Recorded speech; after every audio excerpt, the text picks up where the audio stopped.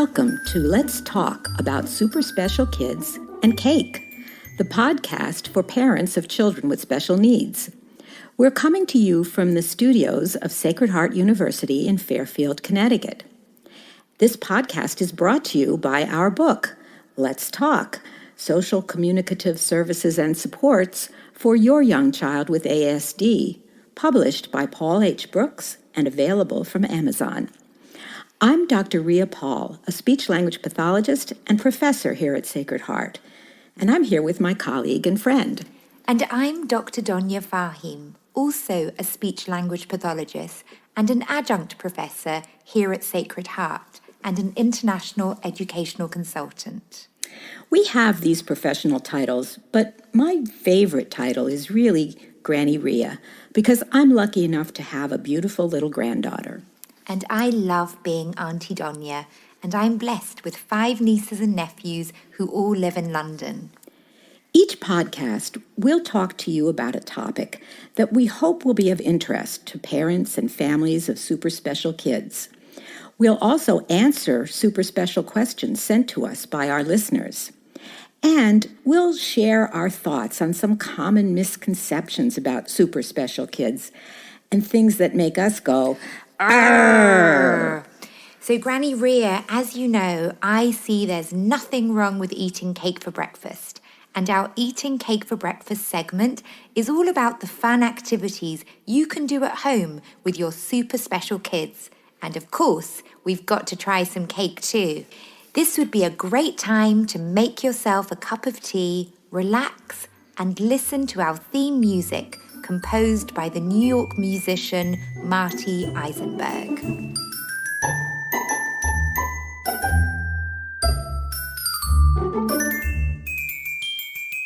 For this segment, we're focusing on the now and knowing your child's strengths and needs. We think that it's very important as parents for you to focus on what your child is able to do now and what he needs now. We know that a lot of parents who have super special kids worry about the future. Whenever we meet a new family, they always ask us, is he going to go to kindergarten? Are they going to get married? Is he going to go to college? Parents have so many questions, and we understand that impetus to try to predict what the future is going to bring. But what we'd like to ask you to consider is to just put that aside for now, because, the truth of the matter is you don't know that about your other children either. Absolutely. And we know that when we begin by focusing on the now and thinking of positive things and interests that our children enjoy doing, and we share that enjoyment, that immediately takes away the pressure and you begin to actually see progress happening because you're focusing on the present. And they can be really simple strategies, like finding something that you know that your child is interested in playing in. They may love cars, they may love Lego, and it may be that you joining them in their play with the Lego or with the cars, that can really help them to be more engaged and to use more language. Yeah, and we really think it's important to focus on the things that your child can do in the now, rather than worrying about all the things that they can't do. For example, I was working with a family that had a little girl who had autism, and she was a wonderful little mimic. If you made monkey sounds for her, she could imitate the monkey sounds. If you did monkey gestures, she could imitate those. And she was so funny and engaging, and she really enjoyed that interaction. When she was doing those imitations, she was with you. She wasn't autistic at those moments. And so we think that focusing on those activities that the child can do today and can enjoy with you today are the really important ways that families can grow together.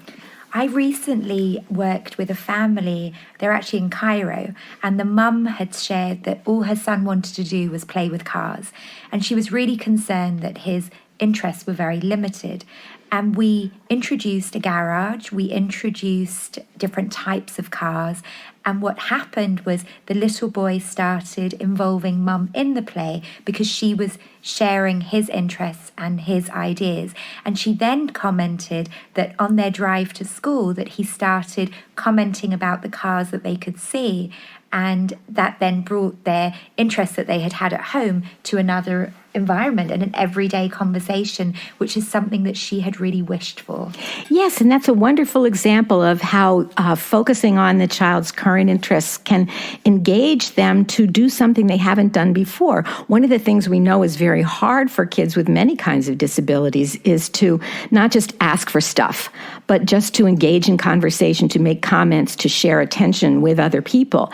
And when we show interest in what they're interested in, that gives the child that platform to stand on, to make those comments, to reach out in a conversational way that really allows their language and communication to advance. And it really becomes a social engagement experience, a form of social interaction. And that's where we always focus on determining strengths and needs rather than deficits and diagnosis. It's so easy to get caught up in the diagnosis of your child and what they can't do, whereas if instead you say, let's together look and see what are their strengths, what are their needs, what are their interests, and accordingly to work with that. And if you share your concerns with your team that you're working with, perhaps the child's teacher, or if they have a speech and language therapist that they're working with, they can also help you by giving you other ideas that could perhaps support their interests too. Yeah, so we hope all of you will think about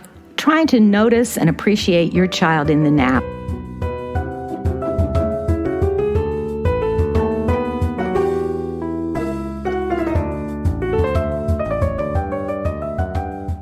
Move on now to our super special question of the week. And we love this question because we get asked it all the time. What's the question, Auntie Donia? So the question is, what is a speech and language therapist and what does a speech and language therapist do? What a great question. And lots of people with super special kids wonder about that. They know there's a speech language therapist on their team, but they wonder why. If their child isn't talking at all, or if their child is talking just fine, why is there a speech language pathologist there?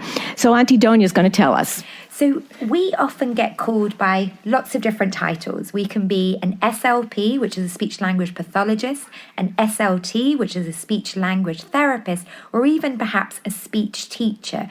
And speech and language pathologists work with children and adults who have difficulty with, as Rhea said, it can be with their language, so with their talking, but it can also be with they may have difficulty understanding language, and they may have difficulty in that they're not talking at all. And we're the ones who will first take a look and observe and help guide the parents as to what's needed to do. Yeah, so as speech language pathologists, when we work with children who aren't talking at all, our first job is to figure out, do they have the capacity to talk? Are they ever going to be able to talk? And oftentimes we can't answer that question right away. We have to just try and see. And so what we try to do is give the child two different avenues for communicating, because whether they talk or not, everybody needs to communicate. So we try to give them some other avenue. It might be with pictures or an electronic communication device. We try to give them some way to get their ideas across. Now, a lot of parents get a little nervous about that, particularly if the child is young, because they think, well, then he'll never talk if you give him that. But what research has shown us is that these devices don't really impede children from talking, and if eventually they have the capacity to learn to talk, they do, and in the meantime, they learn other skills of communication and interaction through being able to use the picture or electronic systems. But we also, at the same time, particularly for young children, do try to encourage children to develop the speech and motor skills that will lead eventually to talking. So we try to get them to make more sounds, particularly more consonants, and we try to get them to produce syllables and babble and play with sounds so that they get those speech motor skills going. So we try to do both those things for young children who aren't talking. For those who are older who aren't talking, Auntie Donia, you want to talk about what we do with them? Sure. And I just want to add something else that you had said, Granny Rhea. So we can use a device, but we also can use gestures as well. And often parents worry that if you introduce a signing system or a gestural system, that will slow down their child's acquisition or rate of speech. But if you think about everyday communication, I mean, I'm someone who talks with my hands all the time. We do naturally use gesture to communicate. And so we do want to just reassure you not to worry that if your child is using, or the therapist has suggested that you use gesture or sign, that can actually support them, because your child will be less frustrated if they have a way of indicating that they would like to eat something or drink something. But now thinking of those older children who perhaps do have some language, but their language is considered a little delayed. And one of the mediums that we use is play. Play is a child's work, and it's a way that they are able to imagine and construct their ideas through different play sequences. And I'm a big fan of Playmobil. Do you use Playmobil? Well, we do, but they're kind of expensive here in the U.S. But certainly there are other substitutes. The Fisher-Price play things are very similar. Right. So you doing pretend play, so pretending to feed a teddy bear or put a teddy bear to sleep, or pretending to have a little man go into the car and drive to some imaginary place. When you allow the time and the space for children to be able to play, and you match the play with language, that's one of the best ways to teach concepts and different vocabulary words as well. That's right, Auntie Donia. And there are also some children who get to the age of 6 or 8 or 10 and still aren't talking. And for those children, we really do, as speech-language pathologists, try to focus on ways of giving them alternative means of communicating. And that's when we really rely on the signs and the gestures and the electronics and pictures. And so for children who get to that school age and still have not developed speech, generally we're going to focus on those alternative means. But I do think it's important for parents to be aware that even children who get to be middle childhood and have not started talking do occasionally begin. So although you never want to give up hope entirely that your child will start to talk, there is also that small chance that they will.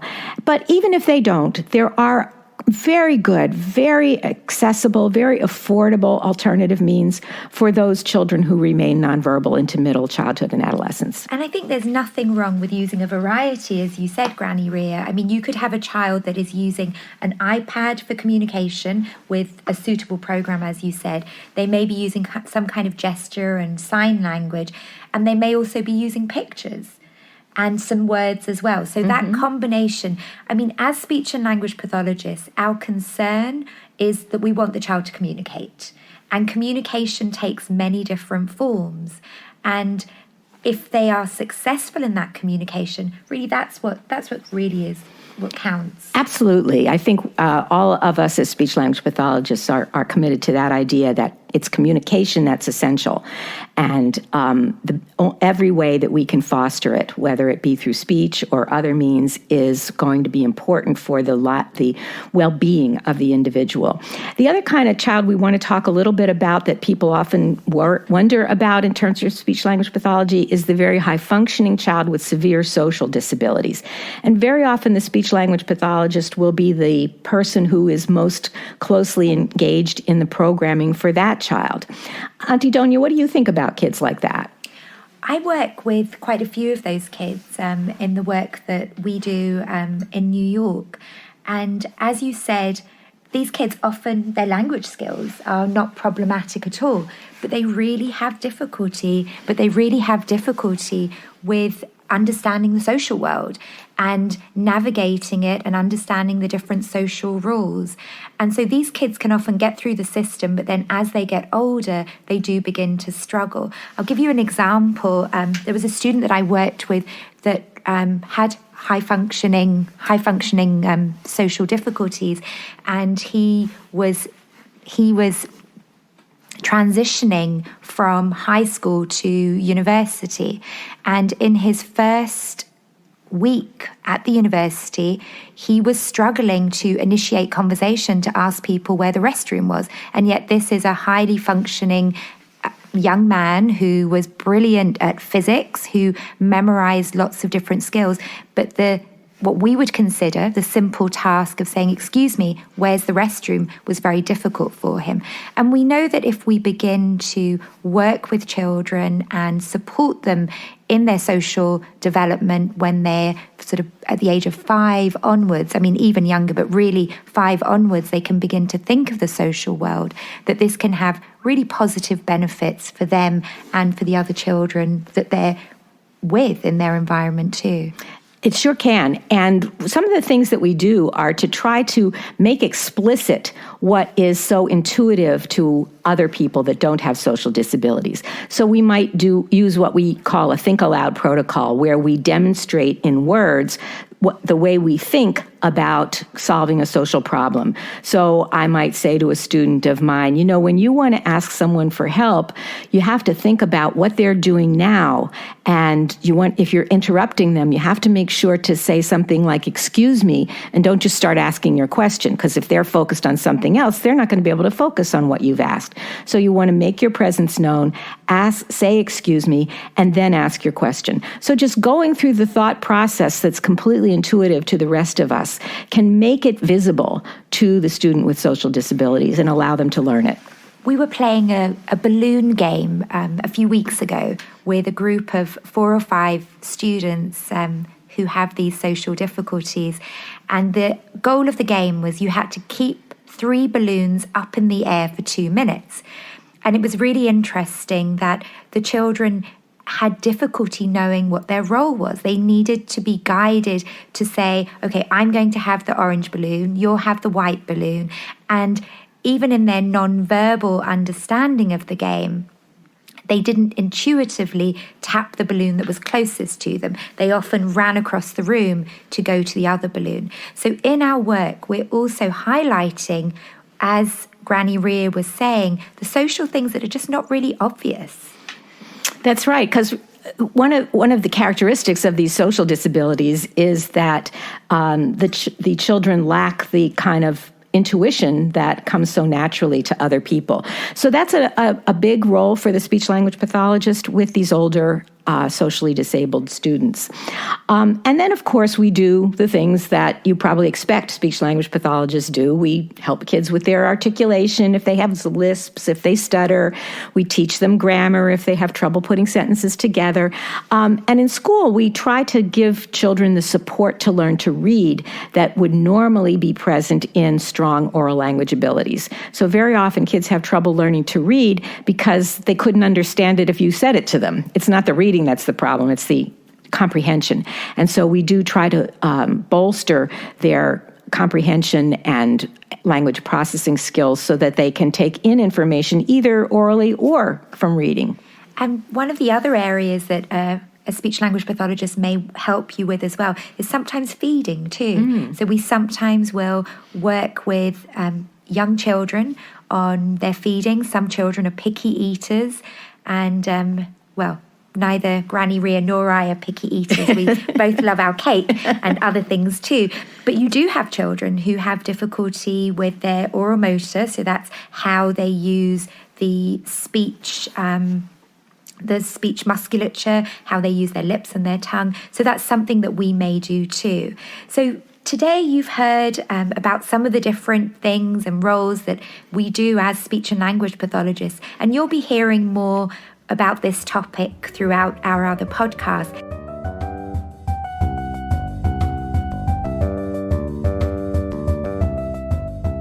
So now it's time for things that make us go, arghhh. So what is it this time, Auntie Donia? It is those fidget spinners. Oh, God. They drive me crazy, Granny Rhea. When they first came on the market and people said to me, have you seen these amazing fidget spinners? And I then saw my nieces, nephews, godchildren, and then the children in the public schools with these terrible spinners in their hands, which were being claimed to be therapeutic and supporting attention. And my first time that I was introduced to them, actually seeing them in the classroom, was in a high school.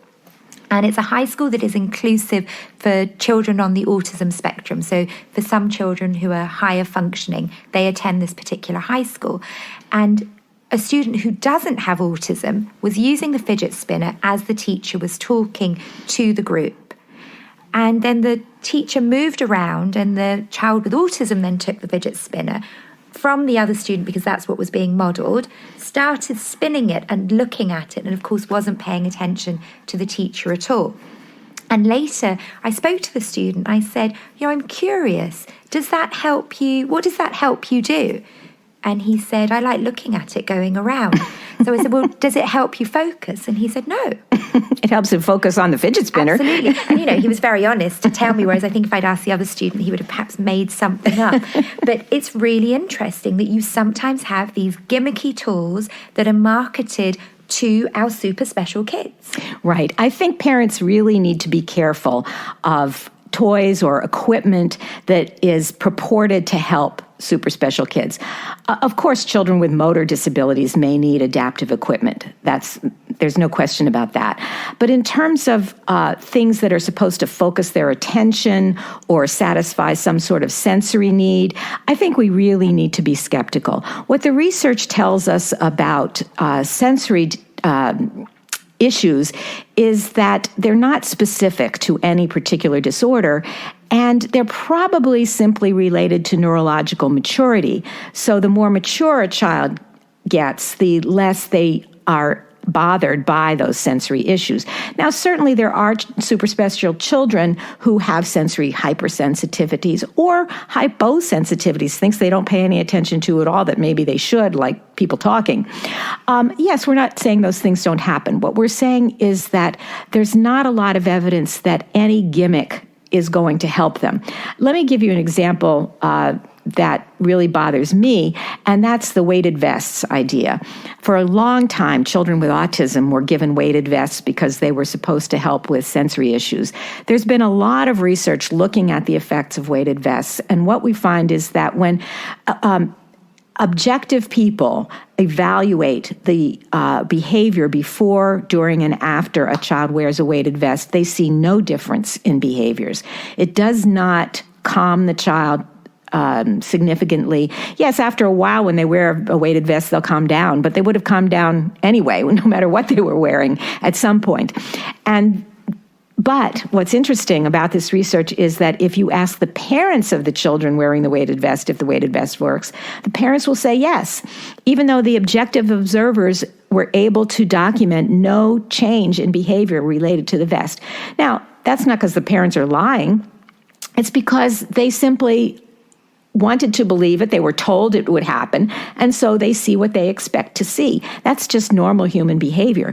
That's why scientists take so much trouble to do what they call double-blind studies, so the people who evaluate the results of the study don't know too much about what was done to the person, because we are all naturally biased towards seeing what we expect to see. And so I just want to caution parents to be extremely wary of any kind of device or apparatus or clothing or pill or diet that really purports to make significant changes on their own basis without focused educational behavioral training. So that's one of the things that really makes us go, arghhh.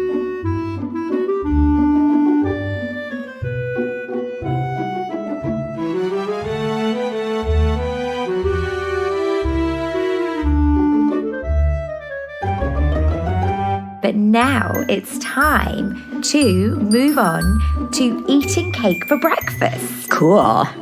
So I have to tell you, Granny Rhea, there is nothing wrong with eating cake for breakfast. Right on. In fact, Granny Rhea and I stopped off this morning, not before we had our eggs for breakfast, we stopped off at a special bakery. We did. We stopped at the Scratch Bakery in Milford, but we'll tell you more about that later. Let's talk about the metaphor that we're using when we talk about eating cake for breakfast. So we really want to emphasize that it's really important to know your child's interests and join in with them.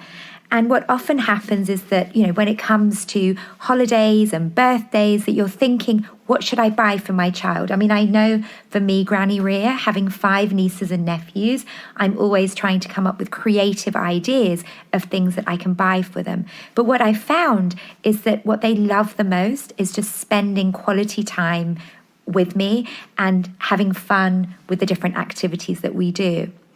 And I know that you have a great story, Granny Rhea, with your little granddaughter. Yes, I do. When my daughter-in-law was pregnant with my granddaughter, my colleagues gave me a baby shower, which was very nice. And they bought me this adorable little peekaboo bear that when you press the foot, it holds a blanket in front of its face, and then it says, "Where am I? Where am I?" And then it says peekaboo. And so I gave that to my granddaughter when she was born. And when she got old enough to sit up, she started playing with it. But the way that she played with it primarily was to throw it across the room. And she never quite got the peekaboo part of it. She just didn't seem to get that. So I started playing peekaboo with her with a towel that I found in the laundry. And the delight that she experienced in playing peekaboo was absolutely thrilling to me. And she could do it for half hours on end. She never got tired. And every time the face was revealed, she would giggle and laugh, and it was the absolutely most fulfilling experience. And it kind of reminded me the importance of real, genuine social interaction for children's development. Now, I think she was learning a lot from those repeated peekaboo activities, learning about trust, that when people go away, they do come back, learning about the cognitive idea that things don't disappear from the universe just because you can't see them, they're still there. Psychologists call that object permanence. And learning about how to affect a social interaction, that when she pulled the cloth off, she was the one in charge who could determine when she was going to see the face again.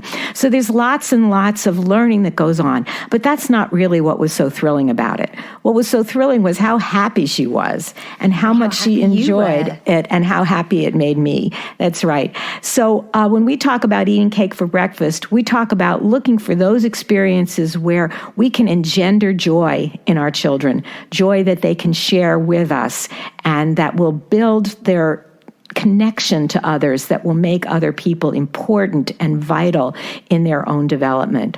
Do you have any stories about it, Yes. Auntie Donia? So for me, it's one of the things that makes me laugh and giggle endlessly, is my little niece loves to pretend that she's either Elsa or Belle from Beauty and the Beast. And her favourite thing to do is for us to play the music and to twirl across her bedroom.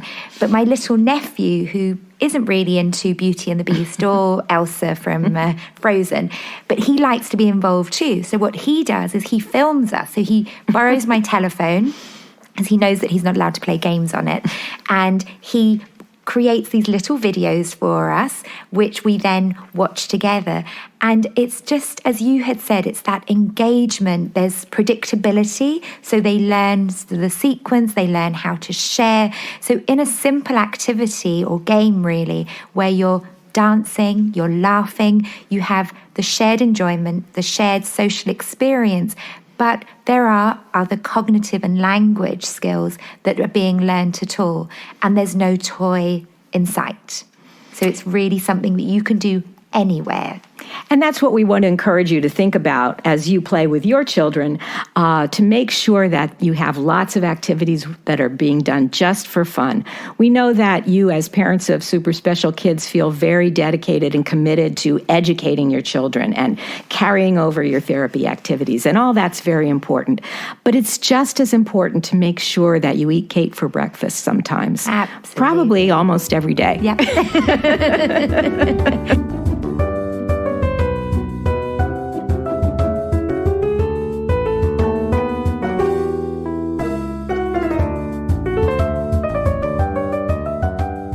And now it's for, I think, our favourite part of this segment, where we get to eat cake. And as we said today, our cake is from Scratch Bakery in Milford. This is a flourless chocolate cake, which we bought because Donia doesn't eat gluten.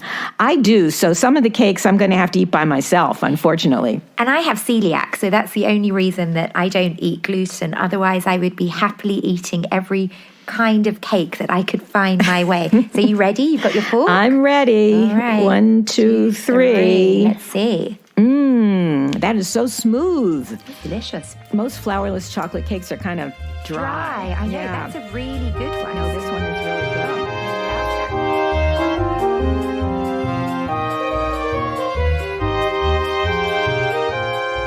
The Let's Talk About Super Special Kids and Cake podcast would like to thank our host, Sacred Heart University's School of Communication and Media Studies. We'd also like to thank our composer, Marty Eisenberg, our editor, Brent, and our audio engineer and director of cake-based operations, Matt Henshaw.